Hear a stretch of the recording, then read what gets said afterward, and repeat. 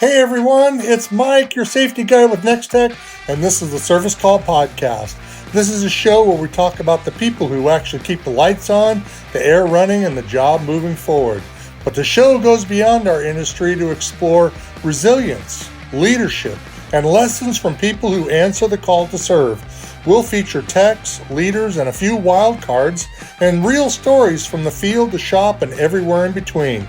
No corporate scripts, no sales pitch, just real conversations with people who know what it means to show up and get it done. Let's roll. So hey guys, it's a Service Call Podcast, and today we have Tom Volmert as well as my good friend Jerry Hahn. You've been with the company for quite a while? Yeah, for the most part, since 1998. I had a little stint in between. I had my own company for 5 years in between the stints. So 98. So yeah. Jerry and I are youngsters then to the organization. Yeah, to the organization, not to the trade. A little bit. Right? Yeah. So we're going to be talking to Tom. I unfortunately didn't recognize him in the hallway, so I'm in trouble for that. I'll get written up for that one. But all honesty aside, were you a field mechanic back in the day? Starting out? Yeah, I was a field mechanic when I started here for the first about 2 years. 2 years? Yeah. But before that, you were out in the field running calls? Yeah. So what's your background? Mostly HVAC? It's HVAC. I started off in the Navy, right? 82. Thank you for your service. Thanks. And then got an HVAC piece of it towards the end of 82, 83. And my whole years in there, I was doing commercial refrigeration, air conditioning. Gotcha. And I got out in 1990. You got out in 90. Now, did you end up coming here? But you said you owned a business. Yeah, I went to actually Orange County, Florida. I moved from California to Florida, and I worked for facilities management for Orange County, which is the jail facility in Orlando. Mm-hmm. And I was HVAC tech there for a few years. I was a field supervisor for them before I came here in 98. What were there struggles coming out of the military and going back into the civilian life, or was it an easy switch for you? That was easier, right? It's not as disciplined. Got away more shit. Because I know I've hired some guys over the years that we've had working for, not for me as an owner, but working for a management company. And Jerry, when I worked at Custom Cooling, we had some guys that sometimes had that switch. It was a little hard to come out of the military and get it in the civilian life. So. No, it wasn't for me. I mean, I grew up on a garbage truck, but that had garbage business. We had to get up 3:30 in the morning, so discipline was there. Right? We had to go to work and have a choice. Gotcha. So then you end up at Nextech.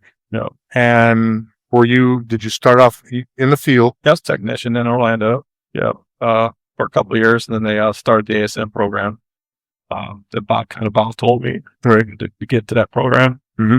And then did that for a while and, worked my way up office manager and then started my own business in 2007, early 2007 to 2012, did a 5-year run, then came back here. Gotcha. 2012 and have been there since. Were there struggles in the early days when you got into coming to work for CMS? Because it was CMS then, right? It was CMS, yeah. Still got the old school shirt on here. Right? I wouldn't say any more struggles than there is now. You go out and fix air conditioning, refrigeration, and you don't do a good job, you get yelled at. If you do a good job, you get maybe a pat on the back and then a ban eventually. So okay. Yeah. When we hired guys. In your background, did you have any problems with hiring guys that out of the military, or was it pretty easy transition?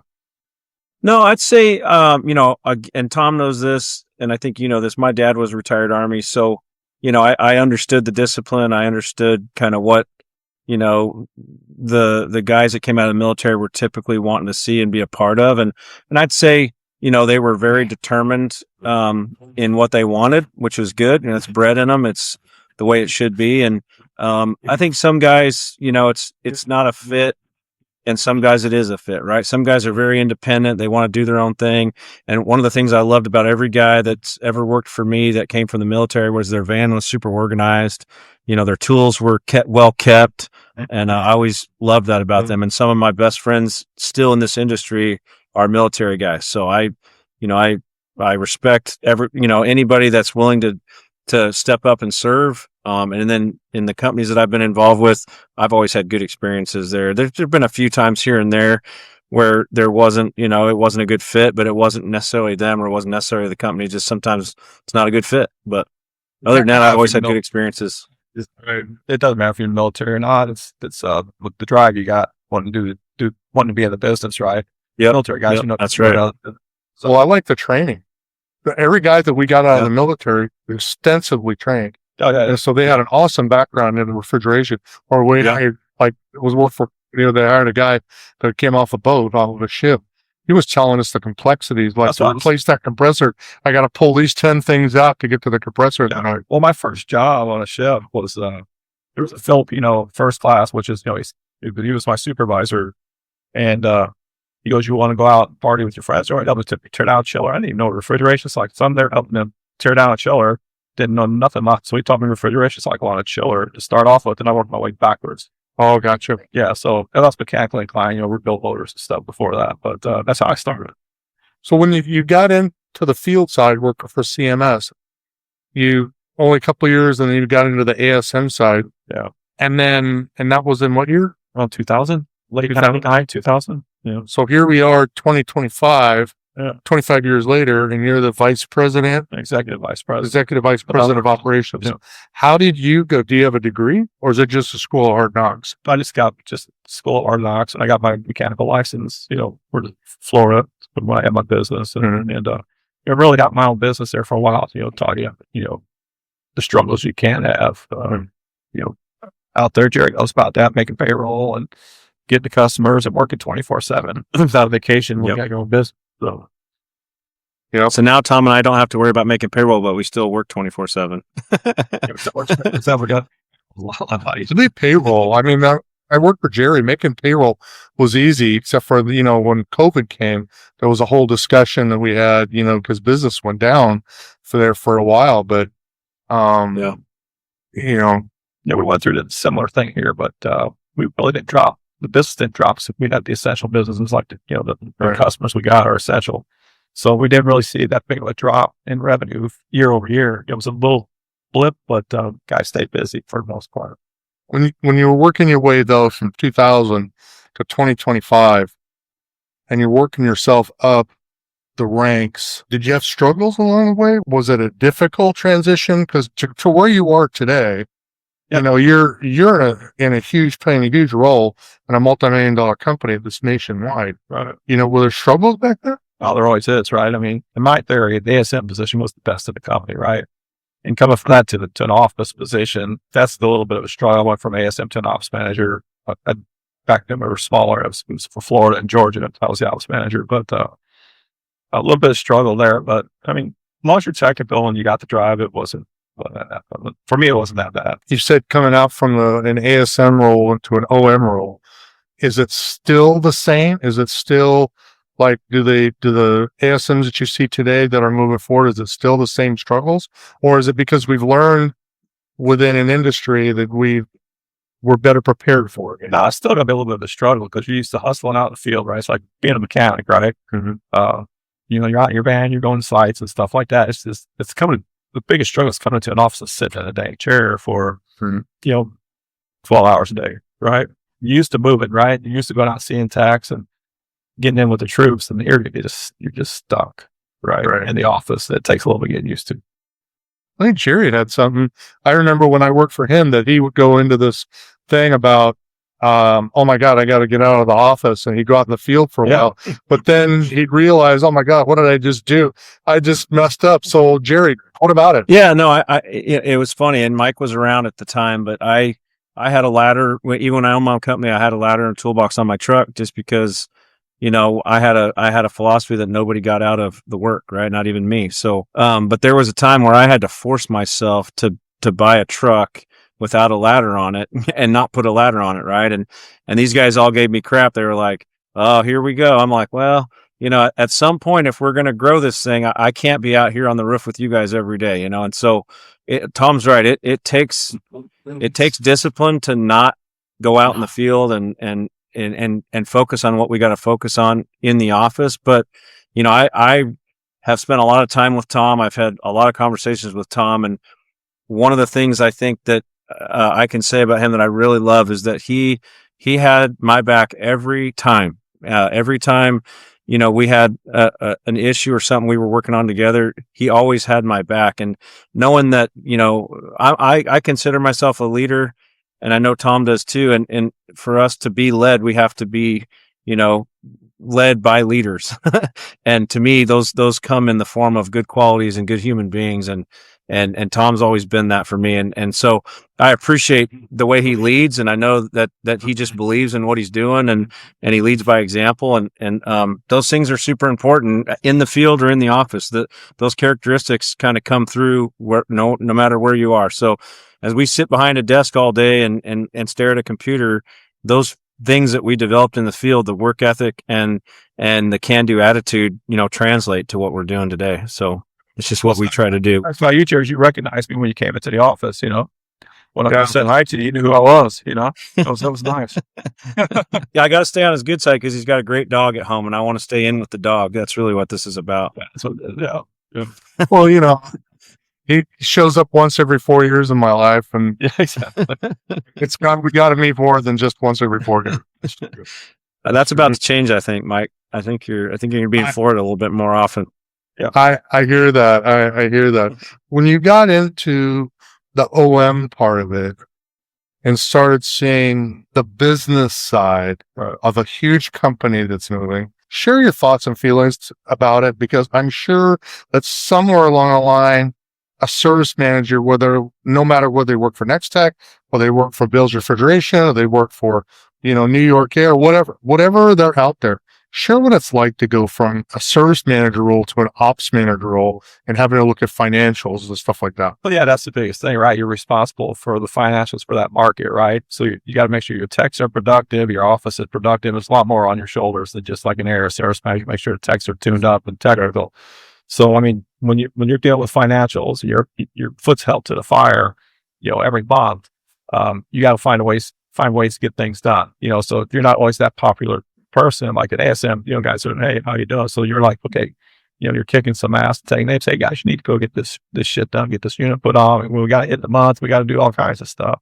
So, I mean, you got to drive. It's no different than what I'm at now. It's just bigger scale, but I got people that drive for me. But Jerry knows this. You got to drive results, right? You got to have the motivation. You got to really be digging into your financials on a daily basis and look at each office performance by RSM if you got separate offices, so you know where it's starting to come off the wheels or where it needs a little attention.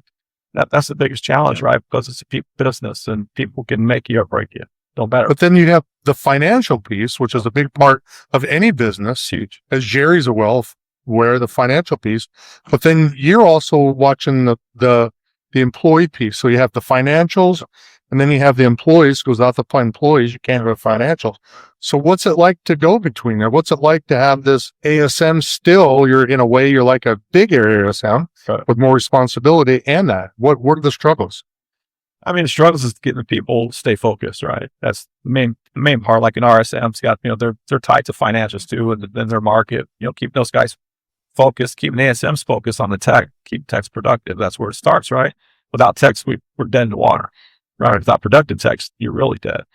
So, so you still got to look down to a tech level and help your managers, train them. Hey, here's what you need to look for. Your per tech average is X, whatever it is, right? Whatever you need it to be. And if it's below that, you're going to have to point it out to them and help them along a little bit. You got to have that knowledge, all the way down to the technician level on how to get the production in and get the work done. And I think that's an area that even Jerry had, where he's watching employees, he's watching financials, and he's a business owner and payroll. I think that those things made him and it got him to where he is today. Correct? Is that a correct way of saying that? Yeah. I mean, you don't have a choice. Like Tom said, you've got to look at all of it and it all ties together. Right. And I think, that's part of what being able to make that transition from being in the field to understanding those things. First of all, takes a desire, right? To want to do those things, but then also, how those things, the relationship they have with each other. I remember, Mike, when we rolled out our first 401k program and we'd been talking about safety and preaching safety, and it was really interesting timing, just kind of luck of how it worked out. But, we had a work comp audit, and I had just rolled out the 401k in our company. And for those of you who don't know, it costs a lot of money to do that. and if you're going to match, which we did, it's us writing checks and matching and basically sharing profit with folks. And the first time we had to fund it, and this just kind of sound funny, but it felt like a lot of money at the time. It was $28,000, right? And we had just had a work comp audit, and we got a refund from them for $28,000. So it was funny how I got a refund check for the work comp for being safe, right? And then I was also funding the 401k. So Mike remembers this. I passed the check around to everybody in the meeting. I said, you being safe directly affects my ability to fund your retirement plan. So number one, I want you to be safe, and we want you to be safe so you get home to your families. But there's other things that affect and help along the way, right? That help us to be able to do those things. And the financial performance we can't do it without that, right? I think another big piece of it is like the person I learned from Bob Lowell. He's very knowledgeable, very driven, and he wasn't going to let you fail. You know what I mean? So I had a great mentor as far as the business side goes, because he taught me a lot. And if you didn't listen to him, you didn't have a job very long, that's why he was so successful, right? So I think you got to have a good mentor, to learn all this stuff. You're not going to learn on your own. So as we get into the OM part and you're working your way up the OM and then other opportunities come, how prepared are you to go? Because what was your next level from OM? Was it like a vice president? Well, I left when I was an OM, and I came back after I had my business as a VP. Okay. Yeah. So you come back as a VP. Yeah, regional VP. How much of a change was it? How much was it? Because you're responsible for financials. Yeah. You're responsible for day-to-day operations. You've got a unit out there that's been ordered wrong, and we just ate 10,000 on a special unit or whatever. How much of that now starts to play in that, quite honestly, the BS is going to stop? You're the VP. This is on your rear. What goes through your mind now? Well, the same thing goes through your mind. It's just more of it, right? That when you come in as a VP level, right? So you'll have a region like 5 states underneath you. So you have maybe 5 or 6 OMs, right? So at that point, you're making sure the office, you look at an office level, not to an RSM level, and you expect your office managers to break it down from there. So the responsibility gets a lot bigger, right? As you move up. Jerry knows this, and it's just you have to look at it at the 10,000 foot level, right? Oh, okay. You got to look at you got to manage from the top down. And you still got to look at the small things, like what I'll do is I'll dig into an office that's not performing, right? And I'll just dig into the detail, and then I'll get hold of the operations manager directly instead of getting a hold of the RVP or whatever. And I'll ask him, okay, well, why is this? Why is that? And I already know the answer. Mm-hmm. I just look to see if they know how to find it, and I'll help them find it. And that's what so you kind of help other people along a little bit, but you still have to sometimes go that extra level down and help those folks out too. Sometimes people get lost because everybody's got a lot on their plate, right? You know that. So in the position I'm in now, you really got to, company wide, we got 40 something operating centers, in 38 offices, I think. Great. Something like that. And, it's just a lot, right? We're a big company. So you got to really lean on the senior VPs and the RVPs to do their job and, help them. You see something ain't going right. Yeah, I won't go down 2 levels. I'll go to the SVPs first, and then unless they're not available, then I'll drop down to an RVP or an ops manager if I know them. Gotcha. And it just kind of. Well, I like what you said about the 5,000 foot level or whatever. Because I used to work for a guy that gave that analogy of the airplane. Yeah. And he's like, you're supposed to be looking at the whole picture. Yeah. Let the ASM look at everything directly underneath him. And I'll worry about the horizon.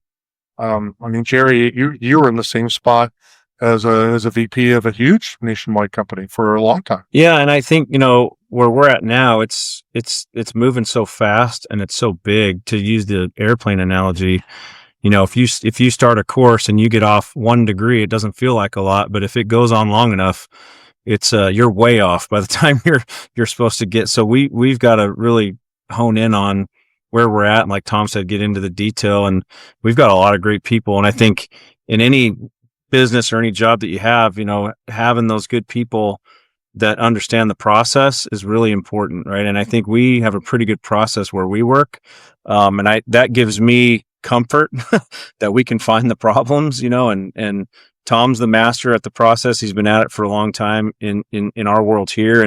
But in any company that you're working for, you want to have a company that has a process so that, when things go wrong, you can get back on track pretty quickly and find the problems and identify, what behavior needs to be changed. Even some of the process might need to be adjusted or whatever, but I feel super comfortable working for a group of people and a company that, to Tom's point, a gentleman named Bob established a process a long time ago, and we're running that same play still to this day, right? And it works. And sometimes you got to tweak it, sometimes you got to shift, but for the most part, the foundation's been laid. And we try to deliver at the local level. Yeah, we roll it up nationally, but we act as locally as we possibly can by running that same play in every office. So now you're a big dog. Did your role change much? Or were other pieces brought into you, under you? Because now I know you're my boss, which will be soon, because I forgot what he looked like. And it rolls. Enjoy your drive home. It's more responsibility, right? Yeah. The safety rolls up under me, fleet. The whole package rolls up. Procurement. So stuff that would roll up under an RVP or an SVP, like the corporate side of stuff, rolls up under the EVP myself. So. And Jerry shares some of those with me too. That we're kind of a shared thing there. But yep. Are you where you at? Are you where you want to be? Like some people say, oh, what? I want to be more. I want to be. Are you exactly where you thought you'd be at this time of your career? I'm past where I thought I would be. Really? Yeah. I've had my own company, so I was president of my own company, right? I get that piece. But as far as a big corporation like this, to be number 2.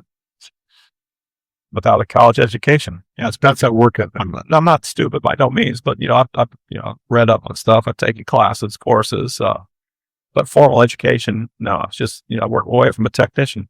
That's something I think I could be pretty proud of. I do better than most of my family who have college educations. Gotcha. I work probably harder than them. They don't think so, but very cool. Yeah. If there was something I asked in a previous interview, like something that you live by, we had. And I said, mine was do the right thing and risk the consequences. Oh. It could be an open statement. As long as I put the customer first.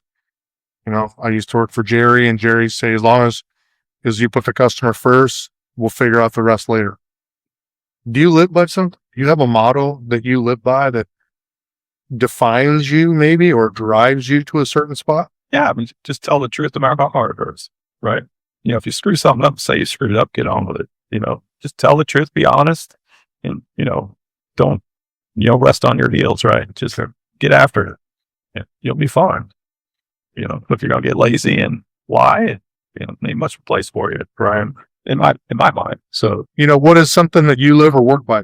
Well, I worked with this guy that was a Vietnam helicopter battalion commander when I was in the field, and I didn't have anything but a belt buckle and a dream. I didn't really know, what superheat was or anything like that. And this guy kind of took me under his wing.